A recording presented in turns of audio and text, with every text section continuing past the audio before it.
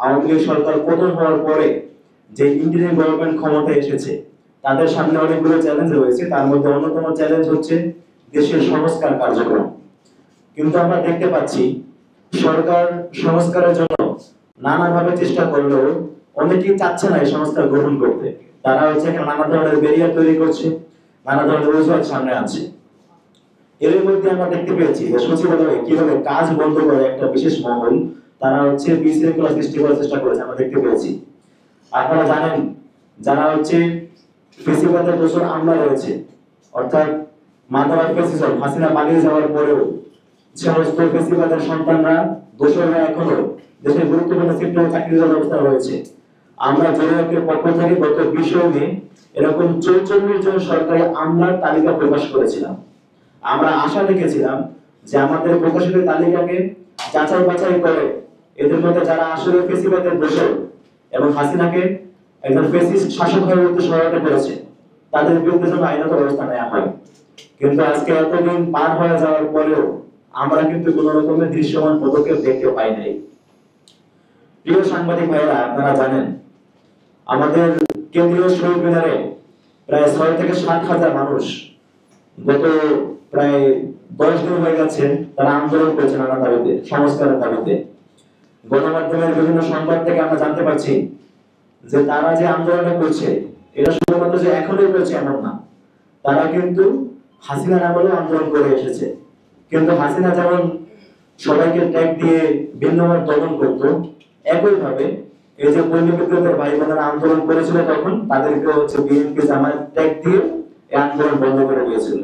শুধু ট্যাগ দিয়ে ক্ষান্ত থাকেনি সে হচ্ছে তাদের মধ্যে অনেককে চাকরি থেকে বরখাস্ত করেছিল এবং তাদের বিরুদ্ধে কিন্তু সে মামলাও করেছিল। তো অন্তর্বর্তী সরকার আসার পরে তারা যখন আবার একই দাবি নিয়ে মাঠে নামছে, আসলে দুঃখজনক আমরা দেখতে পাচ্ছি আমাদের ইন্ডিয়ান গভর্নমেন্টের পক্ষ থেকেও তাদের প্রতি আসলে একই রকম ব্যবহার করা হচ্ছে। অর্থাৎ তাদেরকে আবার নানাভাবে ট্যাগিং করে, নানাভাবে ফিল্মিং করে তাদের এই আন্দোলনকে নস্যাৎ করে দেওয়ার একটা চক্রান্ত আমরা দেখতে পাচ্ছি। আমরা জানতে পারছি যে গ্রামাঞ্চল সহ দেশের বেশিরভাগ অঞ্চলে 80টি পল্লী বিদ্যুৎ সমিতির মাধ্যমে বিদ্যুতের রাষ্ট্রায়ত্ত সংস্থা পল্লী বিদ্যুৎ বোর্ড RAB দেশের 4,82,00,000 গ্রাহকের মধ্যে এই RAB গ্রাহকই 3,68,00,000। দেশ জুড়ে সমিতির কর্মকর্তা কর্মচারীর সংখ্যা প্রায়।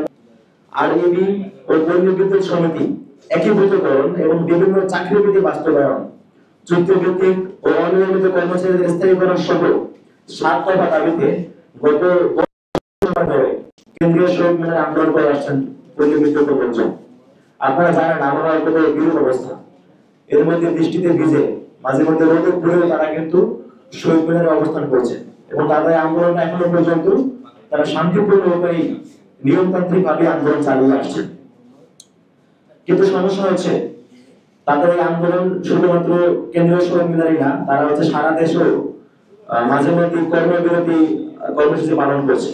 এর ফলে যেটা হচ্ছে যারা হচ্ছে গ্রাহক আছি, আমরা যারা বিদ্যুৎ খাত থেকে সেবা গ্রহণ করি, আমরা হচ্ছে একটা আশঙ্কার মুখোমুখি হচ্ছি যে তারা যদি কার্যক্রম বন্ধ করে দেয়, তারা যদি তাদের কাজ না করে আন্দোলন চালায়, তাহলে তো বিদ্যুৎ সেবা প্রদানটা ব্যাহত হবে। সেক্ষেত্রে আমরা হচ্ছে নাগরিকরা বিদ্যুৎ বিভ্রাটের সম্মুখীন হবো। আমরা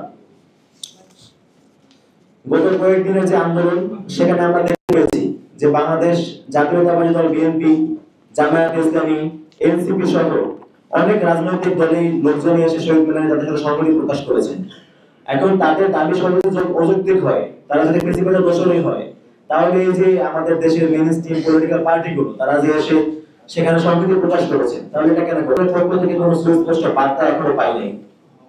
প্রিয় সাংবাদিক ভাইরা, এই যে একটা সংকট সৃষ্টি হচ্ছে, দেশের গ্রাহকরা বিদ্যুৎ সেবা থেকে বঞ্চিত হওয়ার যে একটা আশঙ্কা তৈরি হচ্ছে, এরকম একটা সংকটকালীন মুহূর্তে আমরা কিন্তু জনৈক্য থেকে বারবার চেষ্টা করেছি সরকারের দায়িত্বশীল অংশ এবং আন্দোলনকারী তাদের মধ্যে একটা আলোচনার মাধ্যমে একটা সমাধানে আসা। কিন্তু আমরা বারবার চেষ্টা করেও বিদ্যুৎ, জ্বালানি ও খনিজ সম্পদ মন্ত্রণালয়ের উপদেষ্টা মোহাম্মদ ফাউজুল কবির খানের সাক্ষাৎ আমরা পাই নাই।